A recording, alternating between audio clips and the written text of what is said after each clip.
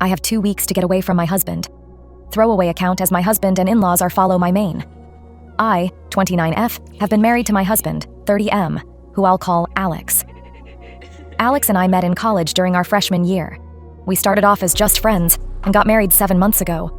I've gotten along with his family, but we aren't super close, but we're friendly enough. The problem is that Alex has begun to make me incredibly uncomfortable. Firstly, he's begun to ask me who I'm meeting with, where, what we plan on doing, how long every single time I leave the house without him. At first, I just thought he was being protective and a good partner just in case something happened. But then he started checking my phone after the visits, vetting and researching each of my friends as well. He also has been pursuing me to link my bank account to his, as he's in charge of the finances when he was perfectly fine with keeping them separate before. We fight about it almost every day. Finally, yesterday when he was preparing to go on a work trip for 2 weeks in California, he demanded I wear a tracker so he could keep an eye on me while he's gone. I can't do this anymore. I feel like I'm suffocating. And his family, who I've spoken to about his worrying behavior, just said he's being careful and protective as a good husband should. I need to gather my things together and find a way to be gone before he gets home without tipping him off. He's always threatened that if he ever found me cheating on him, he'd turn in divorce papers the same day. He keeps a filled-out copy in his desk. I'm going to submit those the day I leave. But there's so much to do. Bergen finding a new place to live, seeing if my job has any transfers available, packing and moving in 2 weeks. His return flight May 11th, so I need to move quickly. I'm posting here because I don't have any close family, and I can't risk dragging my friends into this as we share the same friends.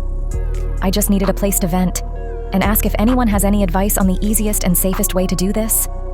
Edit. Oh my god, you guys are amazing. I never even thought to not use his divorce papers.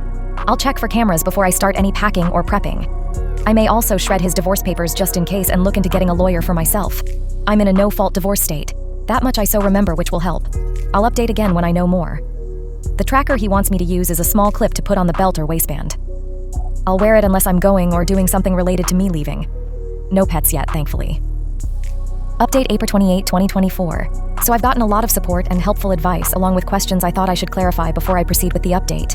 Some asked why I'd be hiding things from Alex regarding going out and who I'm meeting with. I don't, and I have nothing to hide. However, when he begins to then double-check everything I tell him with the other people there, right down to each person I talked to and what I said. Did I send any text MSGs? Did I order food? How much did I eat? That's when it started to feel like I was slowly being pushed into a corner. It didn't start that bad, but gradually grew worse over time. All of the Reddit subs my in-laws' families are part of our related gardening and DIY, so I highly doubt they'll see this. If so, by the time they do, I'll hopefully be gone. I talked to my job and explained things to my manager, and they promised to look into openings in other states to see if they could get me into one. They'll have an update on that in 3 days. I trust that my bank account is secured, considering he's tried to get into it before and failed. I found one camera in the kitchen, another in the living room, and one in our bedroom. As such, I've left them in place for now and done all other planning, either in the bathroom pretending I'm taking a bath. I'm honestly staying away from the domestic violence services as my sister-in-law is unfortunately higher up in those, considering she volunteers there, and I have a feeling if I did show up there, they would know in a heartbeat. I can't look for apartments until I get the update from my work, but either or, I'm still going to be leaving the state. The day before I do, I will be changing my number carrier and wiping my laptop and all of his electronics before I do. I've met with 2 lawyers so far and had them look over the paperwork. My husband had prepared and both said that it have some clauses in it. That could have caused me some trouble down the line. What alarmed all of us closed the fact that several of those clauses dealt with future children, and not as a hypothetical. Like several hair suggested, I have a feeling he fully intended on getting me pregnant to keep me trapped and tied to him. There are 3 other locations. My job could send me to, and I have. As a precaution, begun looking into all 3 cities and housing in the areas. Just in case one of those, this is the one they send me to. Even if they don't have an opening that they can push me into, then I will just have to quit, move, and figure things out on my own. I have enough money to live and survive for a few months until I can pick up another job. Unfortunately, all of our friends are mutuals and would likely be unaware of the consequences of saying or sharing anything I do or say with my husband. I don't have any surviving close family, and obviously my in-laws are not a good resource to rely on. I am on my own, unfortunately, other than the wonderful bonds I've begun to make here. I will update again if I get more information or something else happens. Otherwise, I'll update when my work gets back to me. I do plan on leaving before he returns, though, just to make sure that I'm not anywhere near here at that time. Update to Opera 30, 2024. Good news. My work has an opening I qualify for that will not only shift me across the country, but also comes with a salary increase as well. I've started telling my in-laws and friends that I'm planning a surprise outing for when my husband gets back for just the two of us. This way, people don't give me odd looks if they see me out and about. I've even gone as far as asking Mael to show me his favorite recipes. Meanwhile, I've found a moving company that, while small, is willing to work in a storm. The reason is, in 5 days, we're supposed to get hit with a large storm front. I plan to shut off the breaker and say we lost power if he asks, just as several people here suggested, and even send him a short clip of the storm. I will have all of my stuff moved that afternoon, and I will be flying out once the weather has cleared enough to do so. I have a lawyer who will push my divorce through, and I've filled out the necessary paperwork so that I don't have to be here for it. I'm not suing for assets or alimony, and I've shredded his divorce papers as well. I've set up a cheap payphone plan through Cricket until this is all said and done, at which point I will find a new carrier, number, and phone. This one is being wiped and left behind. My laptop is provided by my work, and the IT department inspected it thoroughly, and it was clean, thankfully. No other electronic aside from my laptop and new phone will be coming with me. If Alex needs to talk to me, he can do it through my lawyer. Not sure if anything else will happen. My fingers are crossed that he doesn't think anything's amiss until after I leave. And I'm not turning the breaker back on when I do. He can when he gets home. My work is covering the plane ticket, so that at least is one expense I don't have to finagle in. Update 3 May 7, 2024. I have 2 weeks to get away from my husband. It's been a busy week, but I've gotten so much done. Firstly, I am now out of the house and am currently in a hotel while I look for an apartment. It's a big city, bustling with people no matter where you look. We had a pretty bad storm system hit back home that actually lasted 2 days. High winds, thunder, lightning, and even hail everywhere. I didn't take much from the house: my documents, clothes, and important sentimental items.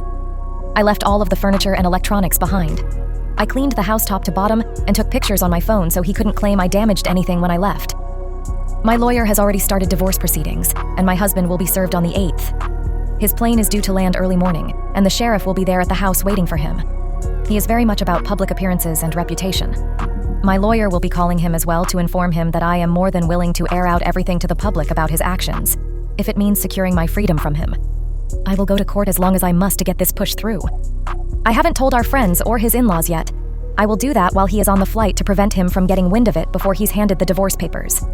I will be calling around and explaining why we're getting divorced, to try and prevent him from twisting this into somehow being my fault. I don't want him trying to claim I had an affair or something, so I want to get the truth out before he can twist this. I'm doing okay. I'm tired, but yet I feel almost jittery and off-kilter. I keep looking over my shoulder and monitoring what I say, even when I don't really need to anymore. Hopefully that will fade soon. My work is covering the cost of the hotel, and I'm working on getting my other things in order. I also need to find a new GP as I want to get a full test, just to make sure everything is okay. I don't know when my next update will be, probably when the divorce papers are filed or if we have to go to court to push them through. I will try to keep my head up, but it feels like I'm in a whirlwind or something with so many things to do and think about. I kind of thought it would be easier once I got out of the house, but while the fear is smaller, somehow the number of tasks only seems to have grown. Update 4, May 14th, 2024. Sorry I haven't updated for a while. Things got hectic and a bit chaotic, honestly. Firstly, I'm working on getting an apartment still and have applications in at 3 different places, and will hopefully hear back from them soon. I'm still going into work here at the new location, so I don't have to worry about burning through my emergency savings completely. I've gotten a lot of emails from Alex, his family, and our old friend group asking question after question. I have only sent one return email to Alex, explaining that I don't believe we are truly compatible, and it is best we separate now. That his treatment of me when I'd done nothing to deserve as such was just as much of a deal breaker as cheating was for him. I ended the email with the statement that I would not be contacting him further, and anything else he needed to pass on to me or vice versa would be done through my lawyer. For his family and friends, I just typed up one email outlining everything that had happened and why I left. I told them I wished them no ill will, but that such treatment of his wife and partner was not acceptable. That should Alex get remarried in the future, I wished they would help support both partners and not just Alex. Alex, from what my lawyer told me, was livid when he was served. The sheriff actually ended up booking him for assault on an officer and menacing due to the threats he was shouting. His father bailed him out in a few hours, but with the testimony of the sheriff, my lawyer believes I have a very good chance at getting a restraining order. Alex, upon returning to the house, apparently lost his temper again, breaking the dining table into pieces as well as the TV, and putting several holes in the walls. At least that's what one of the emails from one of our friends reported as Alex called him to help him clean up the mess. My lawyer already has pictures of the house I took, with timestamps as evidence nothing had been damaged by me. My friend reported that Alex tried to claim I'd been the one to trash the house, but the holes in the wall were at head height. Alex is 6'3", and I'm 5'4", so he knew that was false. Either way, taking the pictures definitely will help me, so again thank you everyone here for the advice, because I never would have thought of that on my own.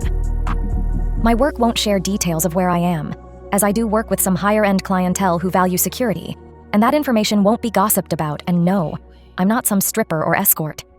I deal with contracts, notary, and business management. As such, even if Alex tried to use my work to find me, he wouldn't succeed. Update on leaving May 26, 2024. It's been a little bit, and I thought I'd answer some questions before giving my update. It may be a while after this until things change. Firstly, no. I didn't bring my car. The public transport here is good enough to use without needing one.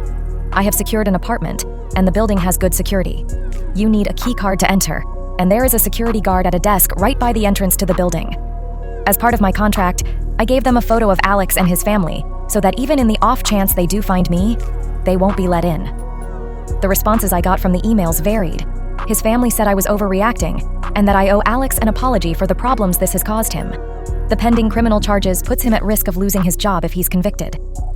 Alex sent a long email, apologizing and pleading for me to come home. He said he was worried for me, that he is willing to go to therapy if it will appease me. He wants us to remain together, and he didn't think leaving was an appropriate response to his genuine concern and worry for my health and safety. The friends gave somewhat lacking replies, saying that they didn't think Alex was ever going to hurt me, and that I shouldn't be letting my imagination run away wild. As much as I want to say I was surprised by the lack of support, I'm honestly not. He intends to fight the divorce. I am letting my lawyer handle it, and I am also pursuing a protective order as well. Once I got approved for my apartment, I also froze my credit. I've changed my phone carrier and number, as well as making sure none of my documents list Alex as next of kin or POA. Some have asked why I was so paranoid about Alex and his possible future actions. The answer for that actually is somewhat simple: my grandmother. I loved that woman to bits. As a teen, she explained why my grandfather was never around. He was extremely abusive and manipulative, and her generation didn't allow divorce, really. She wouldn't have been able to buy a house or get a good enough job to support her and my mother on her own. As such, she endured it, shielded my mom as she could until my grandfather died. When I felt like I may have been overreacting, I remembered how she'd said she'd always wished she'd been able to see grandfather for what he was early on when she may have been able to annul the marriage.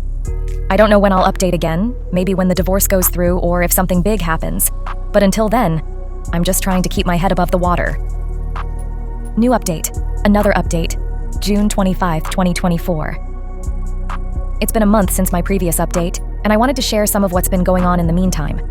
The divorce is proceeding, but even though I don't need him to agree, and he's not, it means I have to go through the courts to get it approved. As such, it could be upwards of 6 months to push it through, even though I'm filing without attempting to claim property, alimony, or compensation. I just want a clean break and separation.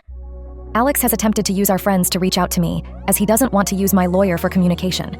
He's saying it's disrespectful and cowardly to hide behind my lawyer and not meet him face to face. Alex wrote me a letter that he did pass off to my lawyer, but the contents were him justifying his actions and claiming that in today's time it is dangerous for women to be on their own, which is why he was so intent on trying to keep me safe from harm. He wanted me to understand that he was trying to protect me as best he could, and was hurt that I would just lie to him and hide my actions from him, related to my dissatisfaction with our marriage and my moving. I didn't reply, because at no point did he apologize. All he did was turn everything around on me as I was being overly dramatic, emotional, and cowardly. There was a second letter with Alex's from my cell. Her letter was honestly disturbing, and completely justified my misgivings regarding approaching her in any kind of professional capacity. She spent 5 paragraphs detailing how a real abusive relationship looked like, and that Alex was the furthest thing from abusive. The details she included were all related to financial abuse and physical abuse, nothing like what Alex had been doing. She stated that my attempts to smear her brother's name for attention and clout made me the abuser, not him. I haven't really been able to process that, admittedly. Part of me can't help but wonder if she's right. I mean, I blindsided him by leaving as I did, and am refusing to speak with him at all. My old boss recommended that I look into getting into therapy after I moved, and I think I need to. I've had a hard time adjusting to being on my own. I keep censoring myself, and haven't even gone out to eat yet. I always end up worrying about what if someone sees me? What if I get in trouble for spending my money on something frivolous? My lawyer is continuing to fight for the divorce, and I shouldn't need to be physically present in court. Any meetings needed between me and the judge can be done via Zoom. I'm trying to avoid confrontation with Alex and his family for now as much as I can, and passed both letters to my lawyer in case he needs them. Our friends are mostly trying to avoid taking sides still, and I'm honestly approaching the point of just letting them go as well. I'm tired of fighting for them to understand at this point. I don't know if anything is going to happen, so my next update may not be until around mid-November, depending on how long it takes to push the divorce through. Work is going well, and it's helpful to have something familiar to anchor my day-to-day life when so much has changed and is changing even now.